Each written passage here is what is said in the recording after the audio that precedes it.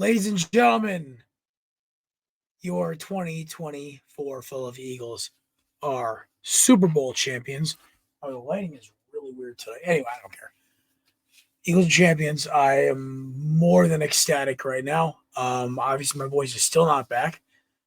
Judging on my activities this week, it probably will not be back until March at this point. But today is also the season 12 finale, which I completely forgot. Oh, technically, maybe Thursday will be. I don't know. Figure it out. But as is tradition, Super Bowl Monday and or Thursday are the season finales of this show.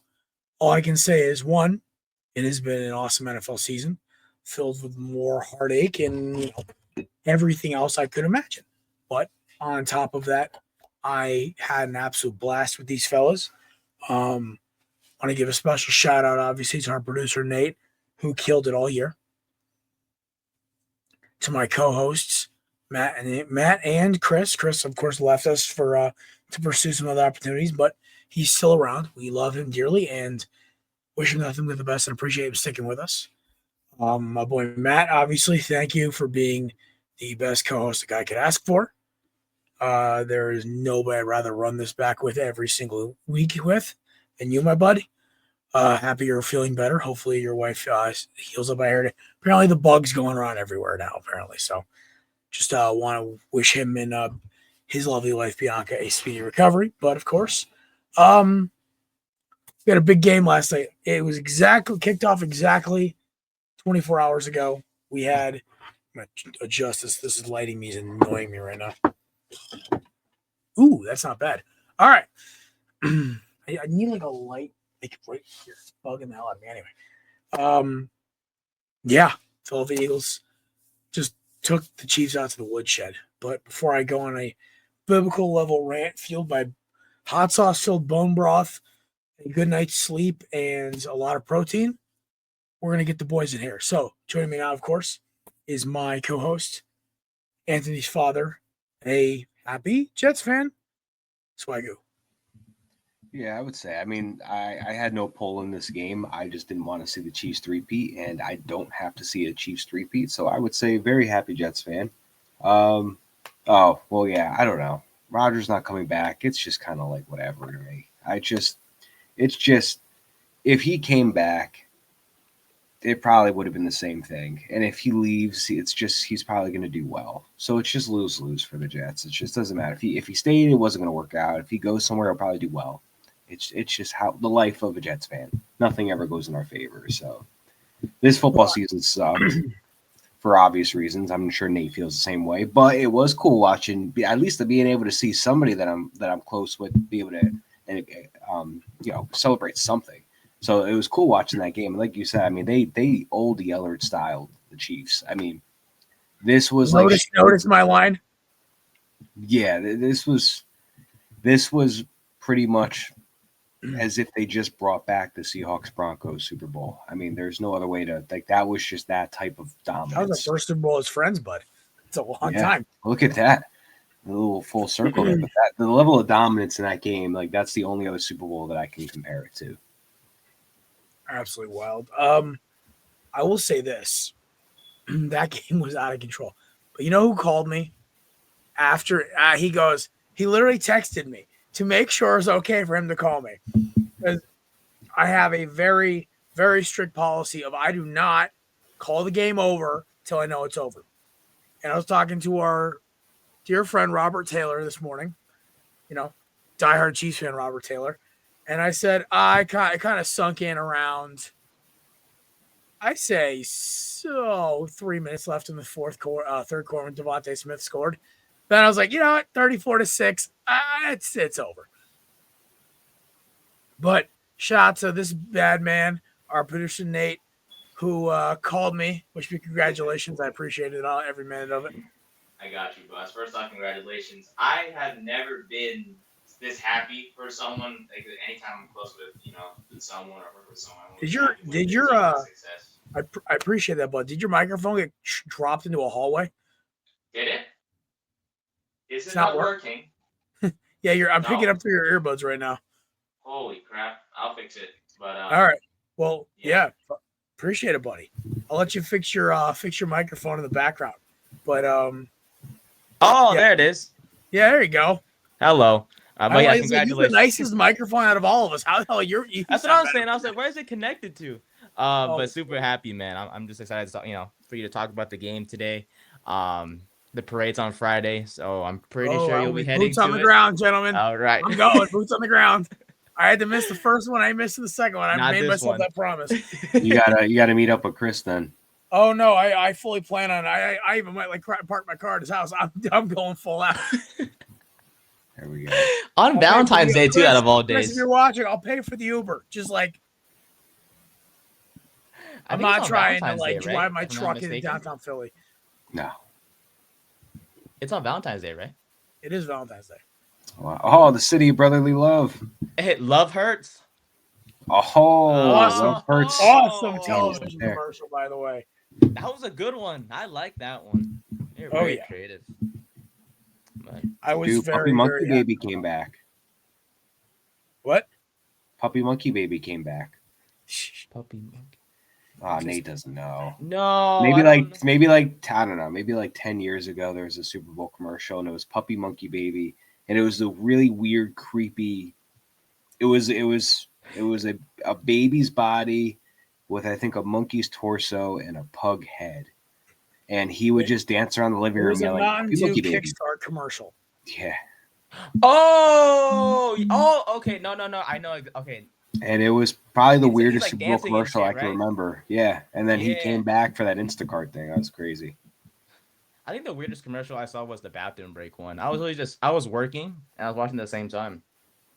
And then it was like, all right, time for a 30-second bathroom break. And I'm like, it's like, what? Like, bro, no one's going to take a poop and for 30 seconds and come back and watch the game. Like, they're going to hold it till when the game ends. There were some good and bad commercials yesterday. It was a weird. So the problem when your team is in the Super Bowl is that you can't focus on commercials. You're like the commercials are the time where you like mentally take a breather. Mm-hmm. That's all it was to me. I could not focus for the life of me. I was losing my mind. So to me, I was like, you know what? Cool. I can go take a leak. I can go get food. I can grab another one of my 12 beers I consumed yesterday during the game. I can do whatever. And to me, we kind of turned into this whole thing. Like the only ones I really enjoyed, I loved the Seal Mountain Dew Baja Blast one. That was great. And then the Stitch one I liked because I grew up loving that movie. Love the island of Hawaii. I've always wanted to visit. So to me, it was kind of like seeing that stuff was cool. But then there was another really funny one that was right after or before Seal. I don't know if it was Doritos or whoever it was, but there was a really funny one. But the running joke in the house that I was at, everyone was laughing because there were two really funny commercials. Then it's Brady and Snoop Dogg telling everyone they hate each other. Yeah, there was some good ones. Dorito ones are always really good. I did like the one. I caught it briefly, but I think it was like Shane Gillis and Post Malone just sitting there. It's like a Bud Light commercial, and he was like, "Oh, nobody really actually drinks these until the commercial's over." And he does a little countdown, and then the screen just goes black, and then they start drinking it. I love Shane Gillis, but there's some pretty good commercials. A lot more funnier ones. Like I feel like the last handful of years, there was a lot of serious commercials. It's crazy, and we're getting a lot of comments on Instagram, and I appreciate everyone's time. Yes, to my boss, I did have 12. To my boss, everybody, I did have about 12 beers, about 6 double IPAs, and a couple light beers, and then smashed 2 Budweisers over my head to finish the night, then jumped in the snow. Yeah. That is a video. Crazy man for doing that. Crazy. That video will never see the light of day. Maybe at my wedding, then I'll share it. Okay, but that one it came out a lot worse than I thought it was.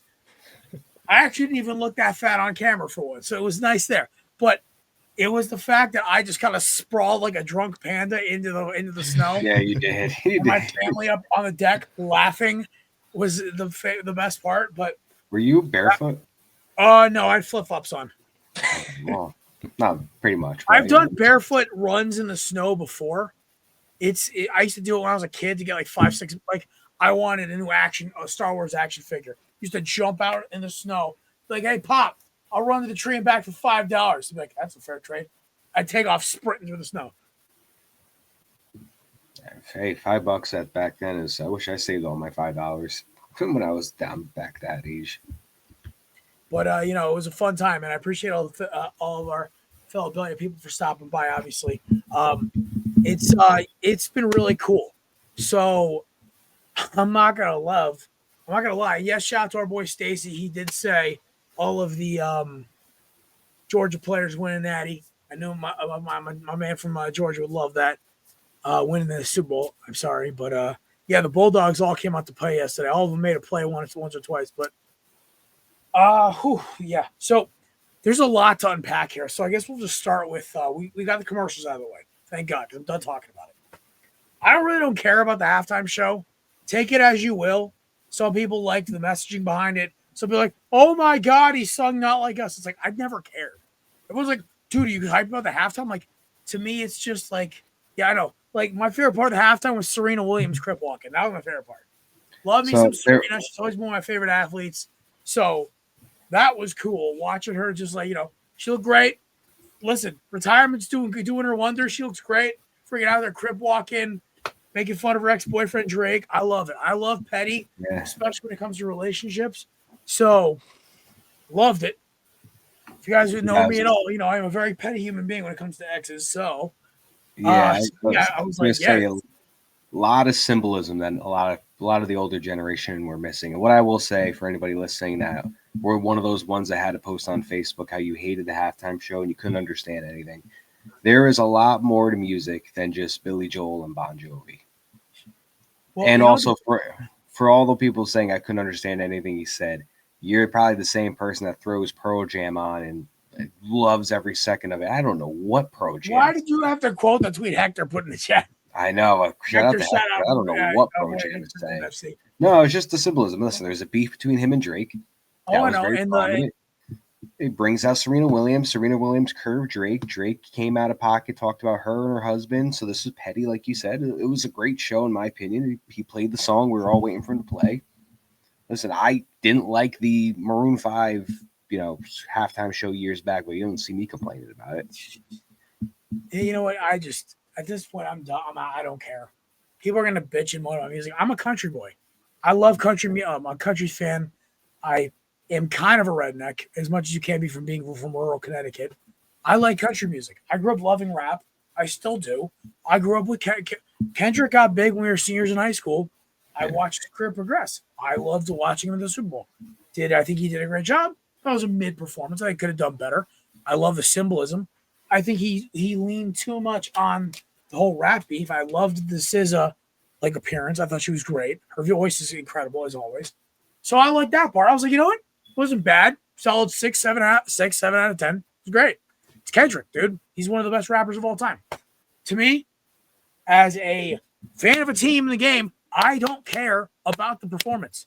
I don't remember any of Justin Timberlake from 2017 except for his Jordans that he was wearing, being a sneakerhead. So that's all I remember. I don't care about the show.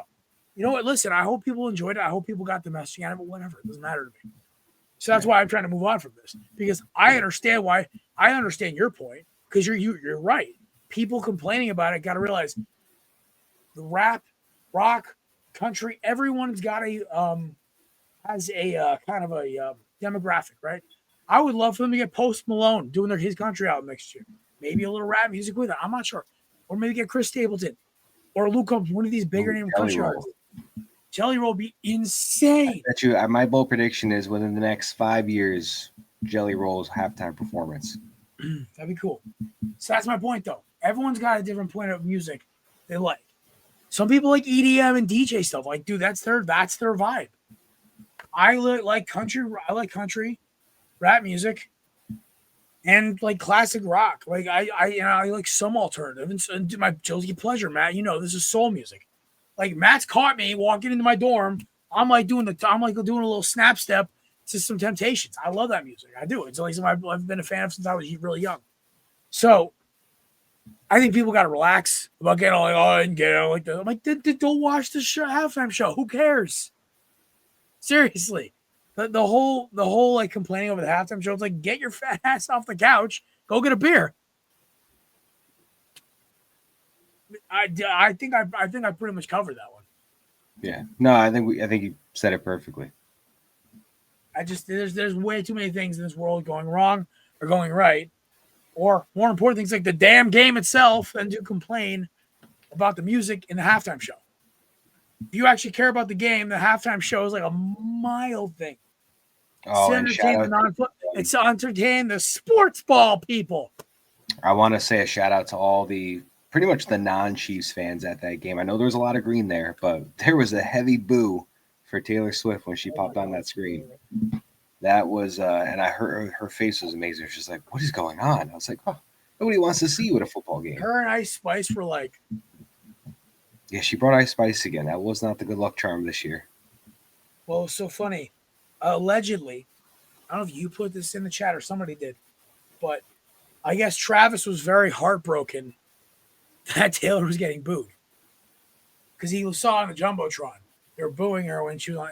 And I'm just like, buddy, people are just sticky all shtick. That's what it is. They're sick of it. I hate to burst your bubble. Y'all aren't the heroes. You want to act like villains, you get treated like villains. Like, shout out to my boy Rob Taylor. He understood they were the villains this year. He ran with it. Nick Wright, as much as he's annoying, he knows he's a villain. But, like, I don't get the whole, like, oh, why are they booing my lady? Because people are sick of it. It was funny for the first couple of weeks. You know who I admire? Haley Steinfeld and Josh Allen. You only see her at the award shows. She does not want to be televised at their games.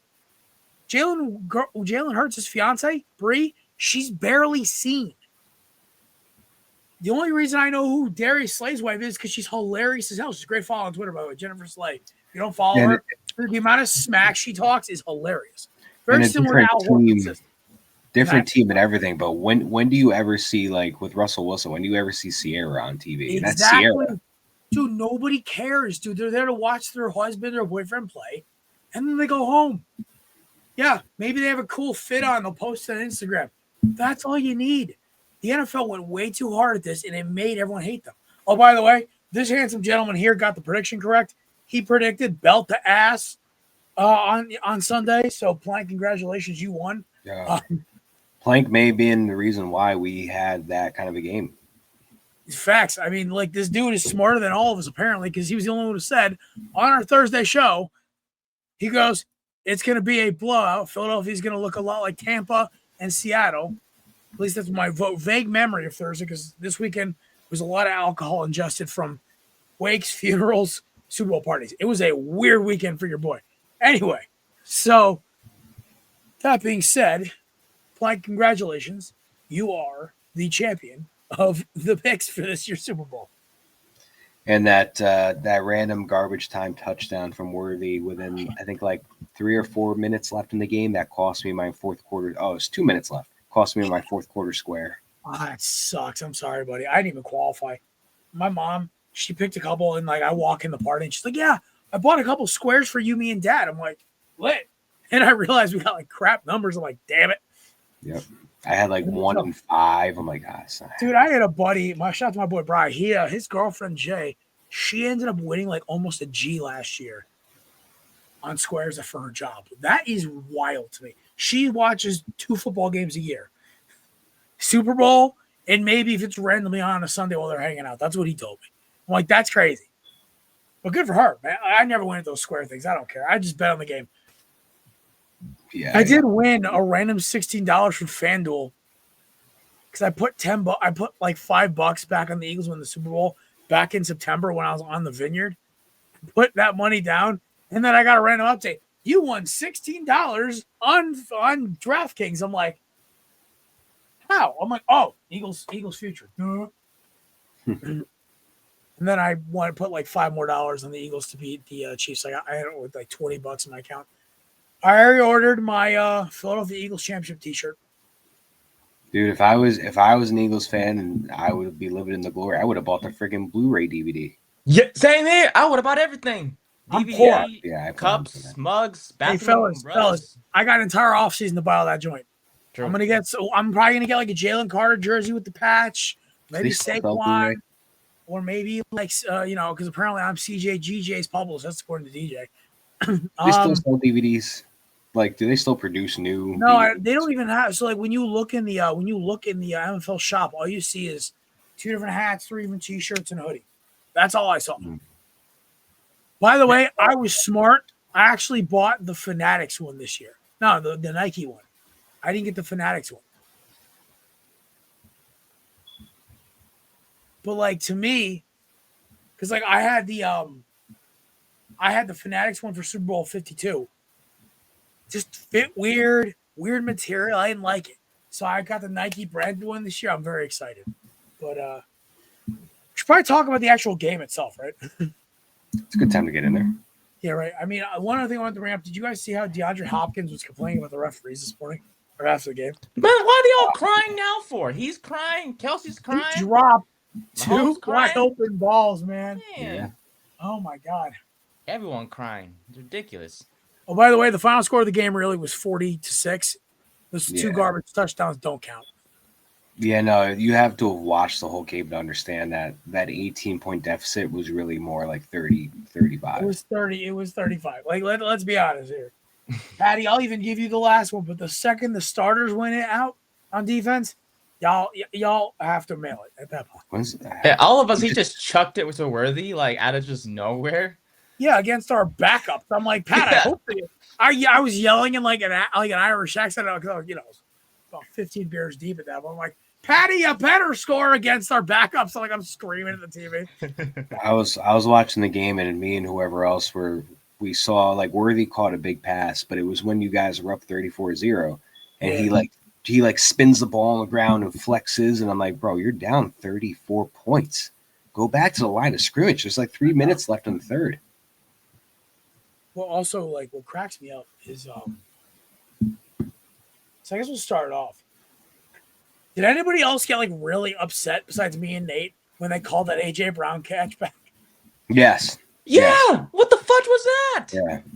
Nate, I love your ability to use the word fudge. I'm actually very I'm proud getting of you. used to it, boss. I'm getting used to it. So my exact reaction, and this is the problem. I was at somebody else's house. I get up and yell "F you, ref," and I stick my middle finger up at the screen. And my neighbors, my family, everyone's looking at me like, I'm like, sorry, I'm used to watching these games by myself. I apologize. And I kind of calmed down after that because the only thing that made it better was the Eagles defense comes out and just puts a beat down. Dude, I think they got what? They got that one first down to Juju. That was their only first down the entire first half, which is mind-blowing. It was a hell of a throw by Mahomes. A great play by Juju, but they just couldn't move the ball. No, it was that was a BS. That was a BS call. So in real time, watching it before the replay, I looked like there was a push off. So I was like, okay, offensive PI. But when you slowed it down, when you slow it down, yeah, it was just a little glare of the face mask with his hand. In any regular season game, I could see it, but in the Super Bowl, you got to let that ride. I know any other team but the Chiefs that doesn't get called. Yeah, but you know what? It's funny. That's the only Eagles penalty I can think of. They got every single field goal they attempted, they got a. Oh yeah, that too. No, but it was great to see for a change. Like, hey, Chiefs fans, like for a change, how did that feel? Because that is all of our teams against you guys in the regular season or in the playoffs. Just all those calls are on us. It was insane to see it on them. My favorite skit, and bear in mind this is a skit, was this guy was dressed up as a ref, and he was taking a press conference. He goes, "Oh yeah, of course, the AJ Brown call. We gave him a grace period for their check to clear, and it never cleared. So we let him play." I was like, "That's great." I said it to my dad. He was dying. But even my mom was yelling about the refs, and I'm like, "Oh my God, I've created a monster."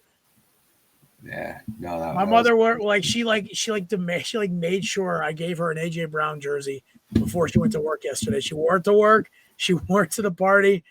I don't think I've gotten it back yet. I think she still has it. My dad had borrowed my Deshaun Jackson jersey. He's a Vikings fan, but he's like, we're all Eagles fans today. I'm like, that's where I'm getting the Star Wars Return of the Jedi vibes. Like when the Chiefs went down, I think the entire football world was just like, yes. Except for super petty NFC East fans, but they're just sad anyway, so it's okay. Real NFC East fans like Nate, we respect y'all. Oh, and shout out to the Cowboys fans like my boy Nick, who was texting me, "Go Birds," and I'm like, "You're a real football fan." Like, I gotta say something before we start talking about this game. If you rooted for the Eagles because of your rivalry, even though the Eagles have owned every team in the NFC East the past 5 years, except Dallas, man, you don't understand how big this game was for football. This game brings balance to football again. You defeated a league-made dynasty, okay? Like an annoying fan base. These guys made me respect Patriots fans. That's terrifying. Okay, I used to think Patriots fans were the worst, but like, talk about not how to handle for success. Chiefs fans, especially with the adventure of TikTok and the way that Mahomes has been acting. Mahomes makes Brady look like a class act. Gronk was at least likable. Kelsey's annoying. Like, I don't know how to explain it other than that. Like, Chris Jones was the only like player on the Chiefs where I don't hate him. He complains a lot, but I mean, he's an all-time defensive tackle. I started to not like Andy Reid. I grew up on Big Red. You know how much it hurt to say that? But it was like, dude, you guys have made us hate you. If you guys won and lost, maybe got knocked out in the NFC Championship game, but like, you're always kind of around, like kind of like how Philly is, but you won a couple more times. They probably could have been the dynasty that the NFL wanted. But shoveling it in our face for 3 straight years. No wonder nobody wanted him to win, except for people who really need to get over the whole Saquon thing and the Eagles-Cowboys rivalry, because the Cowboys aren't really a rivalry anymore. It's kind of a pity session.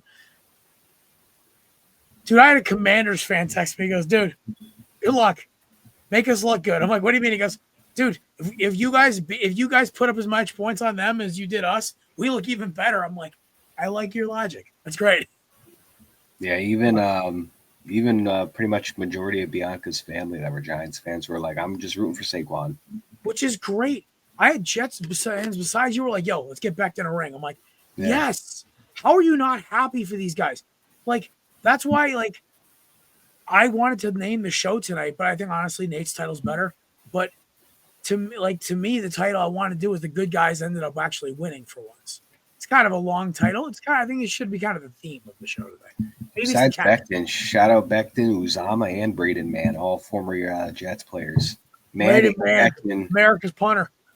Braden Mann and Becton were actually drafted by the Jets. And obviously Uzama was a free agent signing, but they all got their rings. Think about guys like Darius Slay. The back end of their careers had no shot in Detroit of winning a title. Brandon Graham retiring as a Super Bowl champ. Going out Andrew Whitworth style, which was really cool. Who else? I mean, like A.J. Brown. Lane Johnson. You don't know how long he's going to be around. He's probably got another year left, I think. Yeah, I think Philadelphia looks for his replacement in the draft this year. I think it's also cool to have all those rookies get their first ring too, like Cooper Jean and Quinion Mitchell, the entire new secondary and everything you have. I know we got so much to talk about. All right, we're gonna get back to it. That's my petty shot at fans rooting actively against the Eagles because they're the Eagles. I'm like, you guys realize the Chiefs are worse, right? It's like rooting for Thanos against like. And Loki. You know what? Shout out to the Eagles for doing what the Niners couldn't do, which was win the rematch. We'll never send a boy to do a man's job. I mean, that's just facts. Anyway, we'll talk about what in the last half hour. We'll talk about why I think we need to put to bed this whole Jalen Hurts is not a top 5 quarterback discussion. That argument needs to be brought out back and pumped full of lead because it is dead. It is gone. It needs to be erased from existence. Send it into like the neuralizer from Men in Black. Wipe it from memory. But let's talk about. So, for those of you who are keeping score at home, the Eagles got down. They got the Jahan Dotson, by the way, fellas. I said it in our Super Bowl show. Shout out to Belly Sports and Kelsey and DJ for hosting, and Nate and Kelsey for producing. But dude, I said it. Jahan Dotson was going to be a problem because they have nobody to cover him. And everyone forgets he was a great receiver in Washington before they basically excommunicated him. He got the opening drive, tush push. The Eagles get another 3 and out. Get down the field. Field goal after Jalen Hurts' really dumb interception. The only bad spot of his entire game. Then Koopa DeJean, the Caucasian quarterback, coming in with the pick 6. Dude, That was the first time I was like, okay, maybe we got a shot at this. I was out of my seat, pumping my fist, and I was like, oh my God, we might do this. Come down. Eagles get another pick by my man, Zach Bond. Zach, I pray to all things holy you come back to play for Philadelphia. You have a home here always. I really hope he comes back because he was the best linebacker in football this year. So they get the ball back inside the red zone, and it was like slow motion on the drag route to A.J. Brown. I saw it the second he cut inside. Like, nobody's going to cover him. And A.J. and Jalen just lobbed it. Touchdown, 24-0. I think at halftime, I'm like, oh my God, we might do this. This is real. But I think the best throw of the night was Devontae Smith. Absolutely incredible. Just 51 yards in the air on a zip, drop it in the bucket. And I think it was that point it was 31-0. The 31. 31-0 was when I actually started to feel comfortable saying that the Eagles had it in the bag, because you just can't count the Chiefs out completely. That was my thing. But once they surpassed that 24-0 mark and they got to the 31-0, they were up by like 4 scores. I was like, 5 scores. I was like, this is it. Yeah. Even if the Eagles don't score at all, they still would have won by 9 points, even if they just let it all ride out. Yep. Then to finish up, we had 2 Jake Elliott field goals that kept getting pushed back because of false starts. Even though the Chiefs were clearly offsides on both of them. Then we have a couple garbage time touchdowns by Mahomes. As far as anyone's concerned, the final score is 40-6. But Patrick Mahomes can stat Pafford his way to whatever he wants. So there it is. That is your Super Bowl summary. Jalen Hurts, Super Bowl MVP, over 220. I think 225 through the air. I think it was 17-22. Yep, 17, 22, 221. Yeah. 2 touchdown passes, 1 pick. And honestly, if he steps into that throw, it's a touchdown because he had AJ open. Yeah, 72 yards on the ground with another one, too. MVP performance. Now, I'm going to say this right now. Aside of Greg Jennings, who I swear it's because like his wife has like a crush on Jalen Hurts or something. There's no other way you could hate this man that much. Orlovsky had to eat his words today. A lot of people did. You cannot tell me that Jalen Hurts is not in the same discussion as Allen, Burrow, or Lamar. The only person who's beaten them is Burrow. And the fact of the matter is, Jalen's the only one out of those 3 with a title. I don't ever want to hear Justin Herbert's name again. I don't want to hear Tua. I don't want to hear Aaron Rodgers. I don't want to hear Stafford, because he has the same amount of sales as Stafford, and it only took him 5 years to do it. He's one of the winningest quarterbacks to start his career. This man is the only quarterback to make it to multiple Super Bowls and have a plus 70% completion percentage. He's outdueled the greatest quarterback of our era twice. The only reason he lost is because he had a costly fumble, and Jonathan Gannon is a sellout and a loser. So, I don't want to hear it anymore. He is the MVP of this Super Bowl.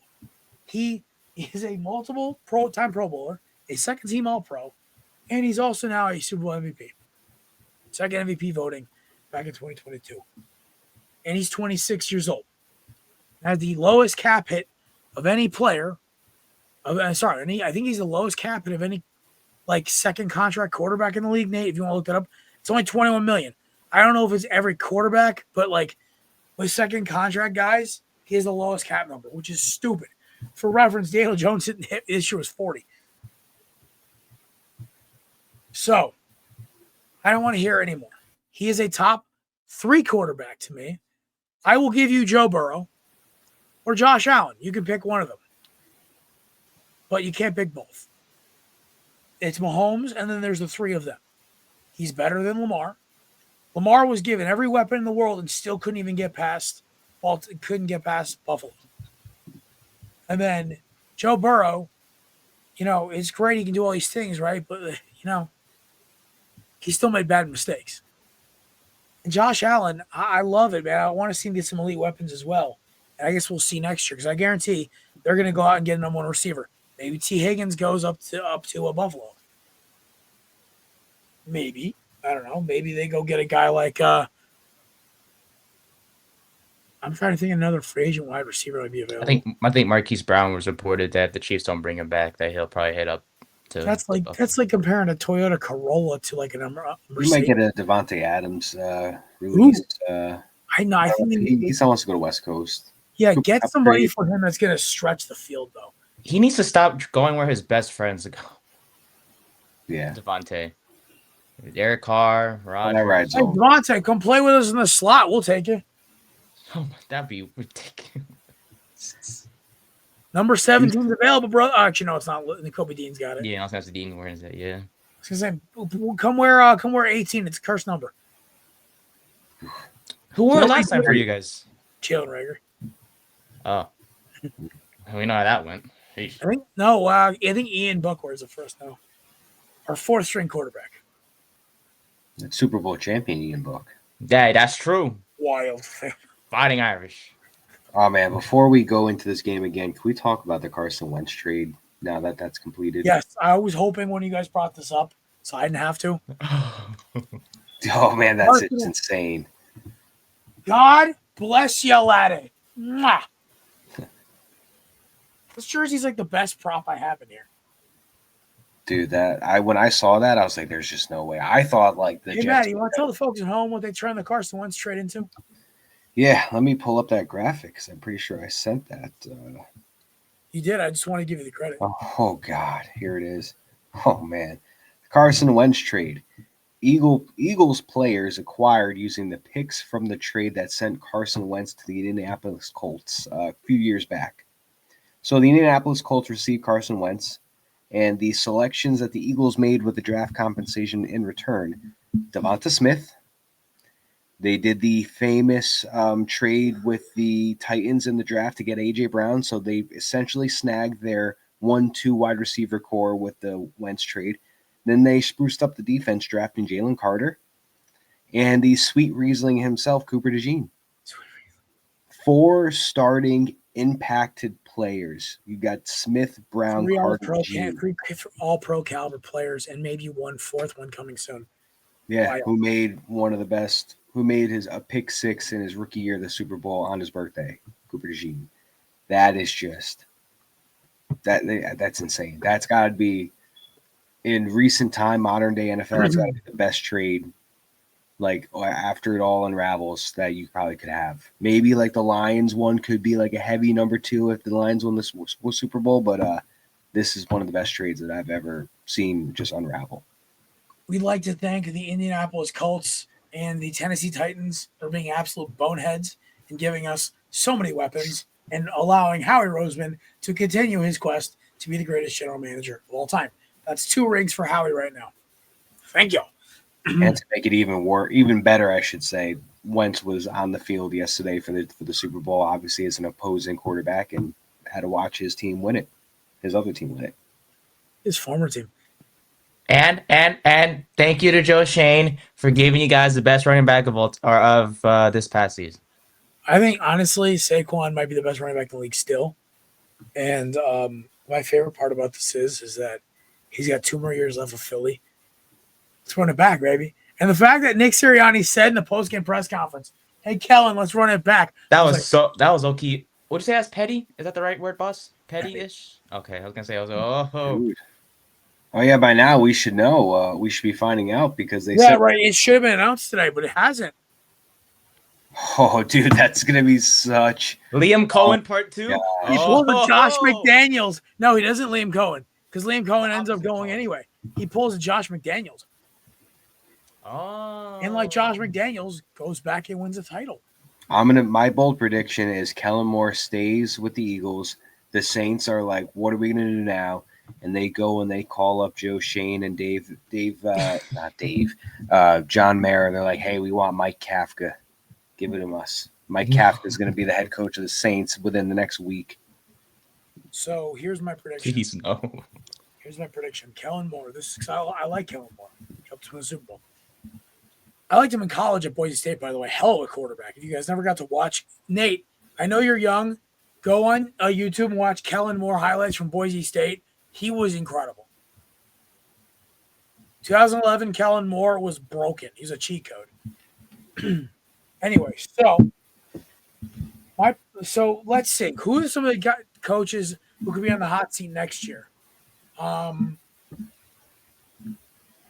You think maybe Dable in New York? We could think Dable. I'd say Dable. Nobody else in the NFC East. no. I guess you So go by go to the the conference. South. I'd throw out maybe.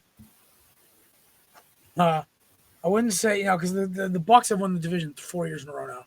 So Bulls is safe. Canals is safe too, right? Canals is safe too. I think Morris should be okay. Morris is only his second year. He's fine.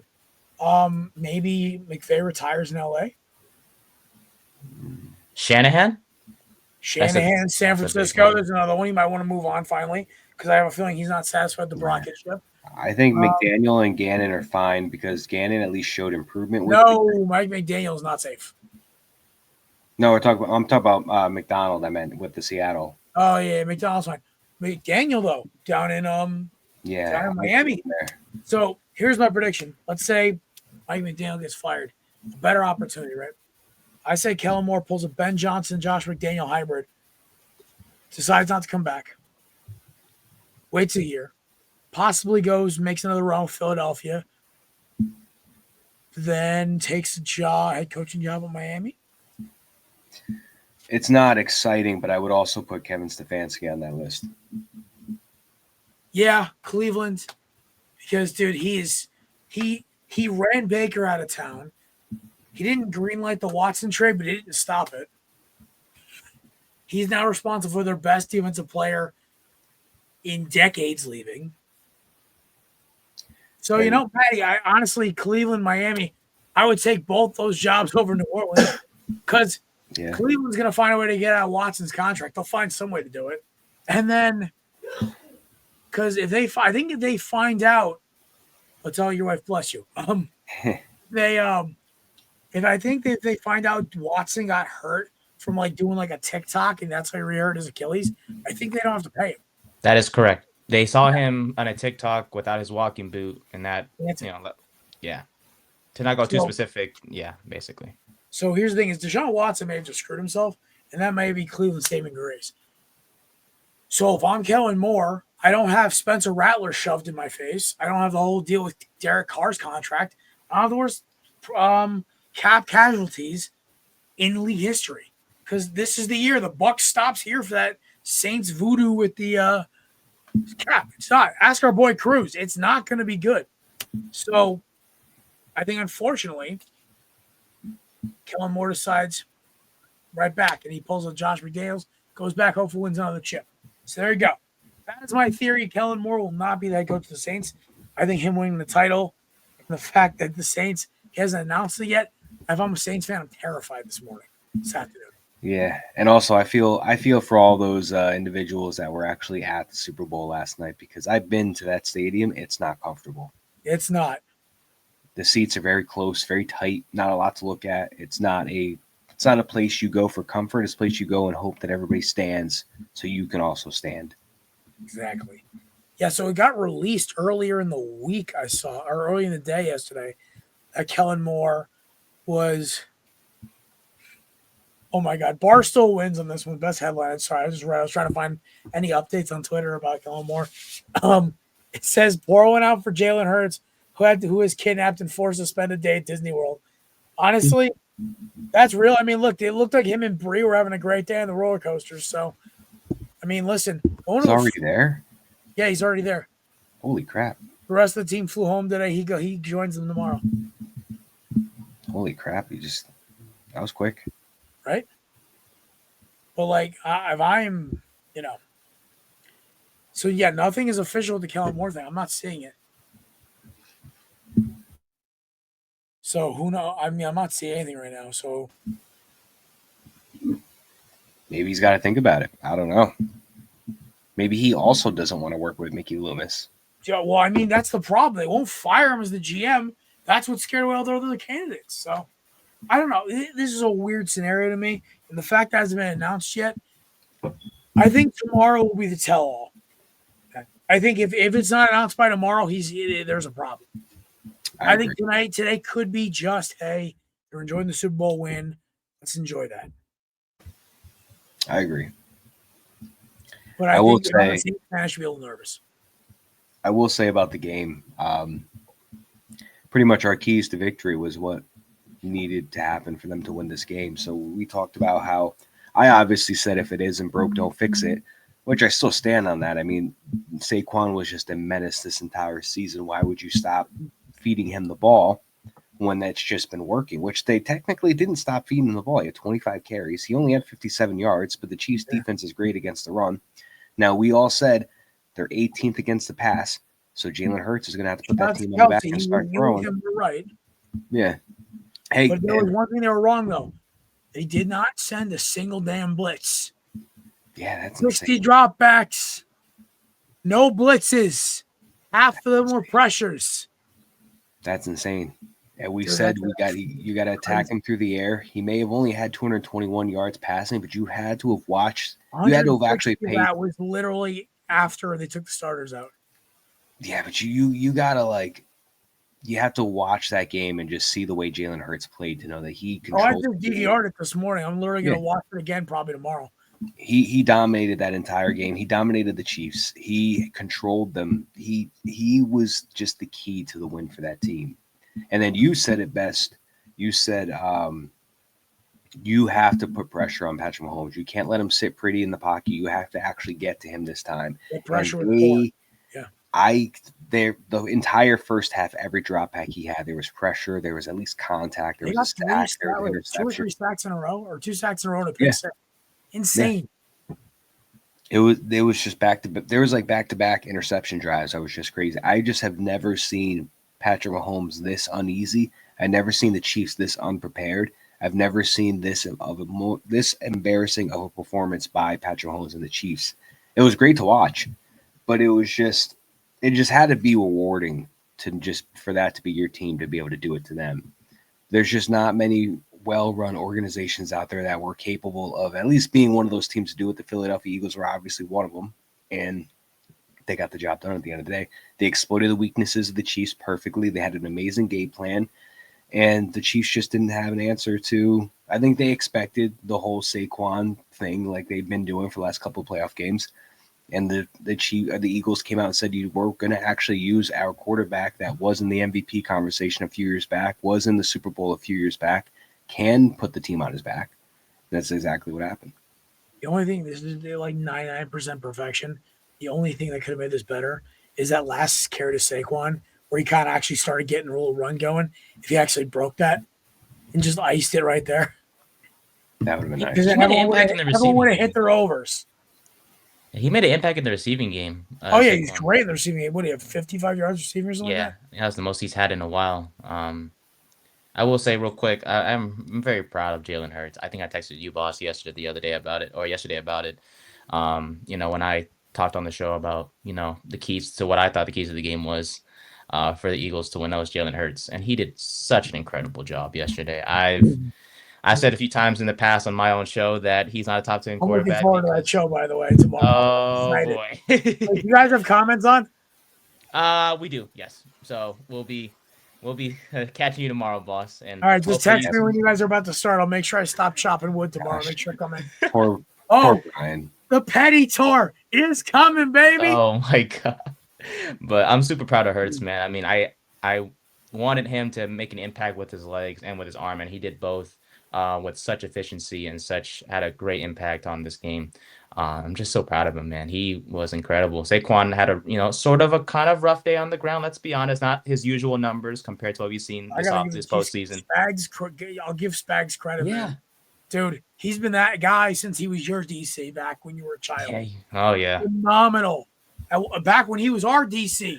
Back when we almost won a few years, our assistant DC, sorry, with the legendary Jim Johnson, rest in peace. Spags learned from Jim Johnson, and Spags is good at what he does. He did what he was supposed to do. Problem is, brother, when Trent McDuffie's your best corner, you are in trouble.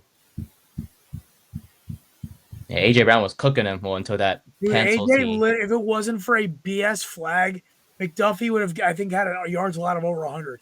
He was getting cooked.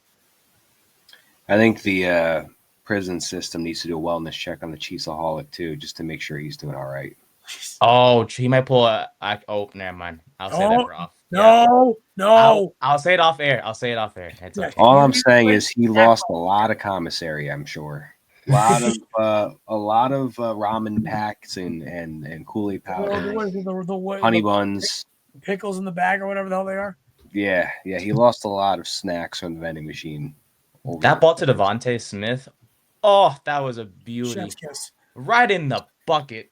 That is just beautiful in all sense of the word. Sheesh. Oh my God. It was just the wind up of Hurts. You knew he saw something right. I'm like, oh, this is gonna be good. By the way, And they that was just the most can't watched Super Bowl of all time. As it should be. Yeah. 126 million viewers watched that Super Bowl. Did you see I think I sent it to the podcast group chat, but it was the one where it was like what the Chiefs fans said they were going to do when they won the Super Bowl, what the Eagles fans said, and the Chiefs fans were like, definitely going to be a lot of beer consumed, and the Eagles guys were like, I'm going to steal a telephone pole and smash it. And it was exactly what they did. It kept going to this Chiefs guy. He's like, yeah, a lot of By food. the way, that was a skit. That was not an actual Eagles fan. Oh, that was great, though. Didn't Kind even of get that offended one. me a little bit as an Eagles fan. No, that was hilarious. She's like, I'm going to beat this person up. I'm going to call this person. I'm going to tell them this and that. And this Chiefs fans like, I'll probably go to the bar, grab a couple beers, get a burger. I'm like, oh, my gosh. See, like, I hope people understand this. I don't mind Chiefs fans. They're just annoying. Like, dude, you guys literally before Mahomes were a joke of an organization. You made the playoffs almost every year, but you literally folded harder than a lawn chair. It was. I think the difference between Chiefs and the Patriots fans are Belichick kept that franchise in a tight ship where like you did not really see anybody on that team really spew out any sort of emotion unless it was a Super Bowl win.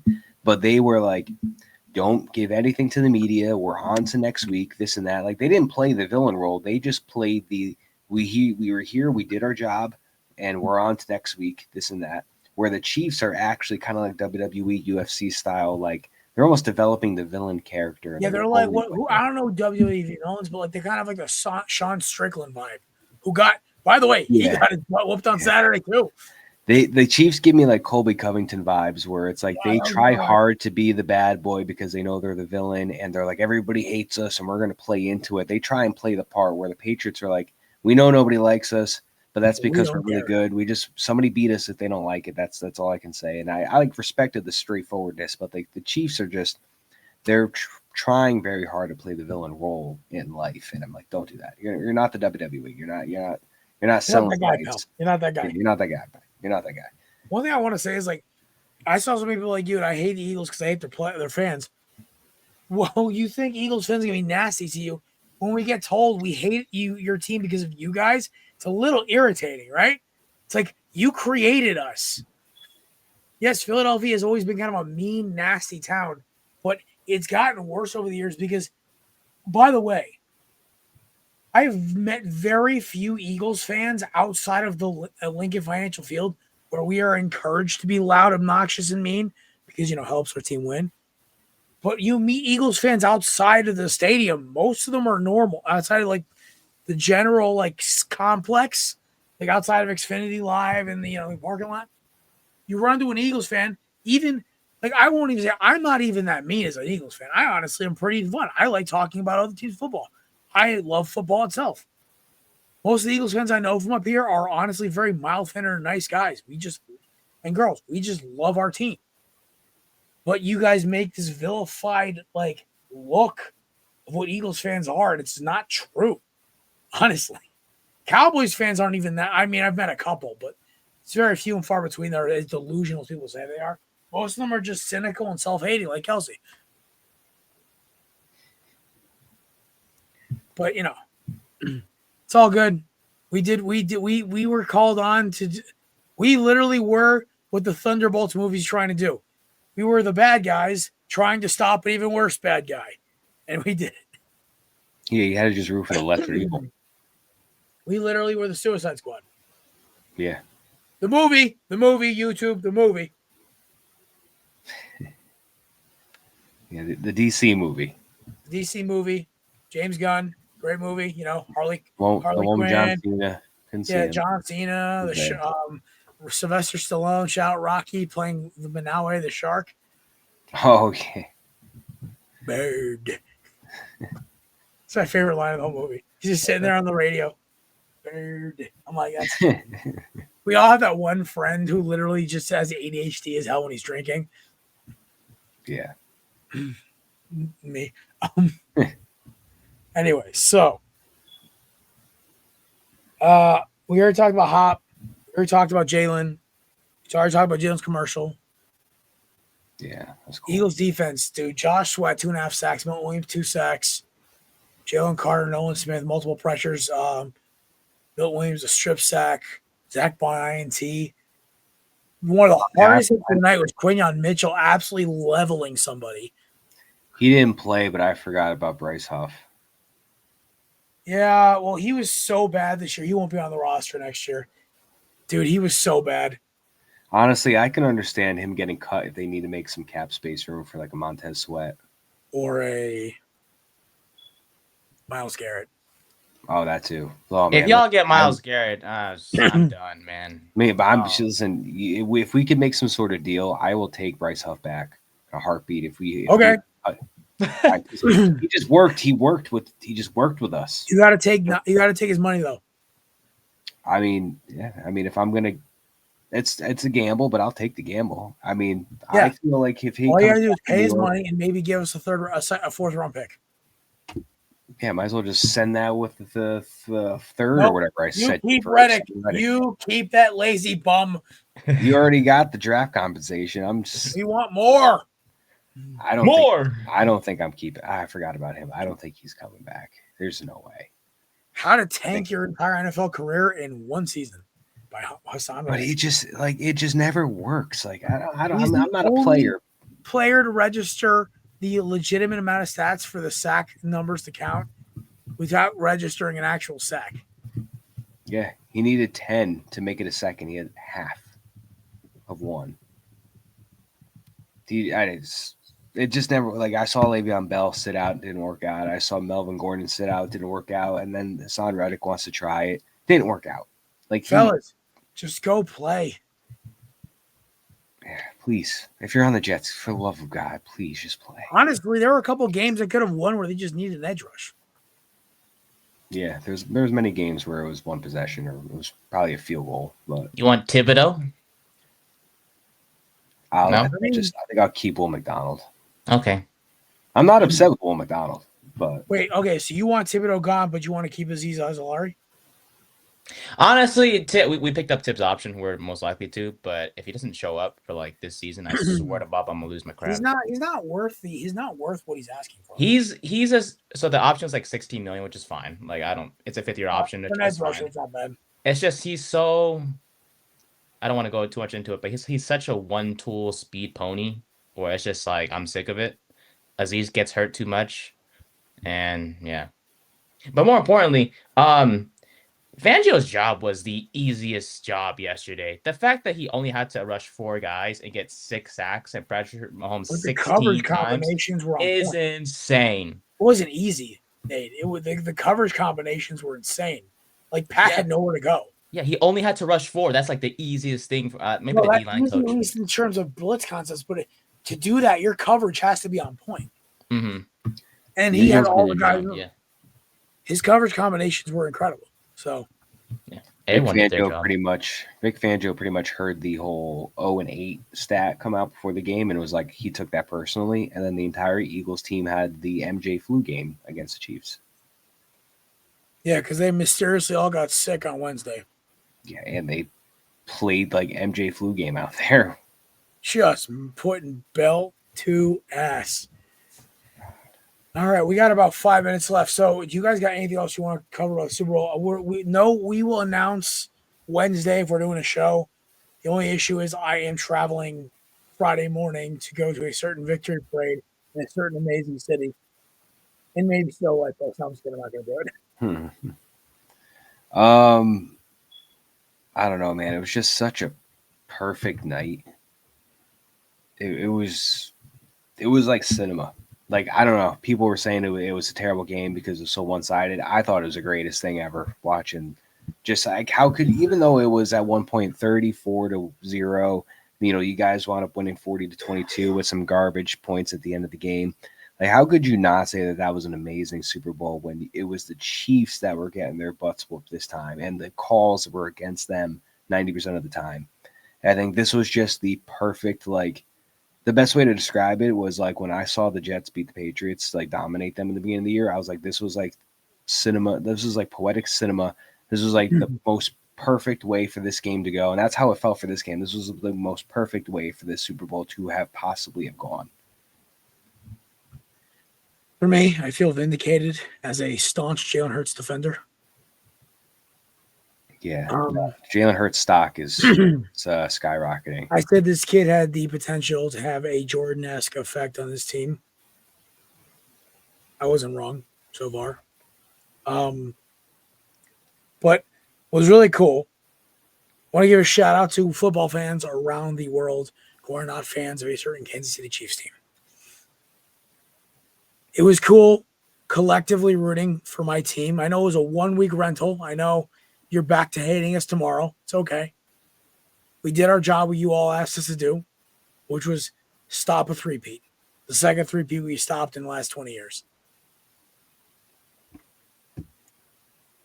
Well, we just stopped three-peats. Apparently what Philadelphia's meant for. We're the dynasty. That's Kyrie Irving. Kawhi Leonard. We're not the dynasty destroyers. But if you ever need to stop a runaway dynasty, just call the boys in Midnight Green.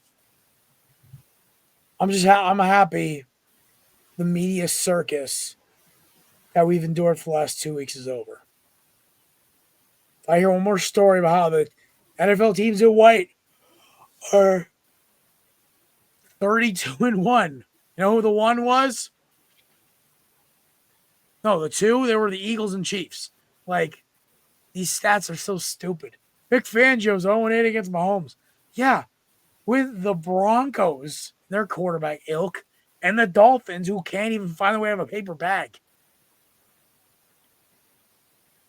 Oh, Patrick Mahomes, I'm like, at a certain point, you have to realize Philadelphia smacked around every team they played where they weren't dealing with injuries or weather or rust. Let's be honest. There were 2 games against Green Bay. Hurts was rusty. I mean, honestly, against Green Bay, though, he didn't make any real bad throws. Communication was off. Rams game in the playoffs, snow and Jalen's knee was messed up. Commanders game, messed up knee. Panthers, bad play calling. I'll put that one on Kellen Moore. But other than that, we took out the Ravens. We dismantled them. We beat down the Steelers. Beat the Commanders twice. Beat the Rams twice. Beat the Packers twice. It's the best. This is, in my opinion, one of the top 5 best Super Bowl teams ever. Like, that Eagles team was the underdog of destiny. That was Rocky Balboa in Rocky 1. Underdog comes out of nowhere, takes out the champ in the second movie. Like, that is what they were. Rocky 2. That's what it was. This was knocking Drago out. The man-made dynasty, this was knocking him out. This was the prime, top of the line. This is Howie's masterclass. So I want to say thank you to my parents and my friends for putting up with me for the past 5.5 months. And, of course, my teammates here at Bellio. I want to say thank you to the city of Philadelphia for hosting the only team in this entire world that I consider family. I want to thank every other Eagles fan for making the season fun. I want to thank the Eagles themselves for giving me a team that, regardless of how much crap I've got, everyone knows I've had a rough couple months. Won't go into it, but you guys know the show. You know me. You know how it is. I want to thank the Philadelphia Eagles for making that couple months a whole lot easier and giving me a sense of hope and giving the city of Philadelphia and every Eagles fan hope every Sunday. So that goes to Jalen Carter, Jalen Hurts, Saquon, AJ, Devontae, CJ, GJ, BG, my friend, you've had an amazing career.